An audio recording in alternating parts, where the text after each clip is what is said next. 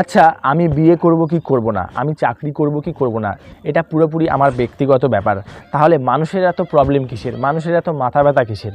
আরে ভাই, তোমরা নিজেদের দিকে মনোযোগ দাও না। আমরা চাকরি না পেলে বা বিয়ে না করলে মানুষের মাথা ব্যথা শুরু হয়ে যায়। আমাদের বাবা মাকে বলে মেয়ের বয়স হয়ে যাচ্ছে, কিন্তু ছেলের বয়স হয়ে যাচ্ছে, কিন্তু বিয়ে কবে দিবেন, ছেলের চাকরি কবে হবে, একটা ব্যবস্থা করুন, নাহলে পরে পস্তাতে হবে।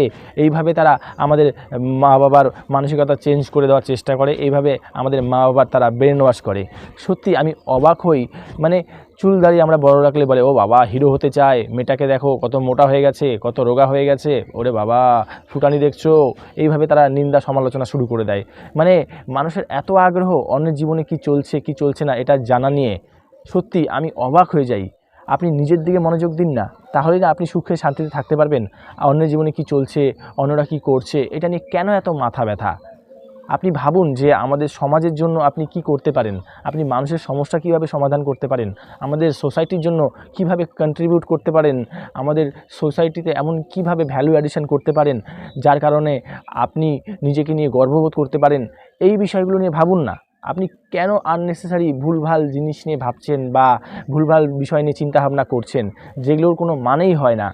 মানে আমি অবাক হই মানুষের এরকম কাণ্ডকীর্তি দেখে। সত্যি বন্ধুরা, এরকম করা উচিতই না। সত্যি মানে তাই অন্যের জীবনে কি চলছে, মানুষ কি করছে, এইসব নিয়ে না মাথা ব্যথা দেখায় আপনি নিজের জীবনে কি চলছে বা আপনি নিজের দিকে মনোযোগ দিন, নিজেকে ভালোভাবে গড়ে তোলার দিকে মনোযোগ দিন। দেখবেন মানুষ আপনাকে সম্মান করবে, মানবে, মানুষ আপনাকে ভালোবাসবে এবং আপনি জীবনে সুখে শান্তিতে থাকতে পারবেন। আপনি যতদিন না মানুষের জীবনে কি চলছে, মানুষ কি করছে এটার দিকে মনোযোগ সরিয়ে নিজের দিকে মনোযোগ দিবেন, ততদিন আপনার উন্নতিও হবে না আর আপনার সুখ শান্তি বলে কিছু থাকবেও না।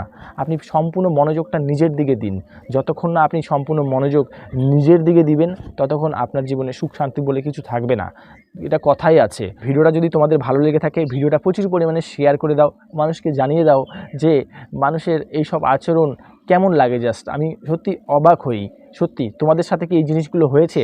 কমেন্টে অবশ্যই জানাও তো আমাকে, আমার জানার দরকার আছে তোমাদের মতামত।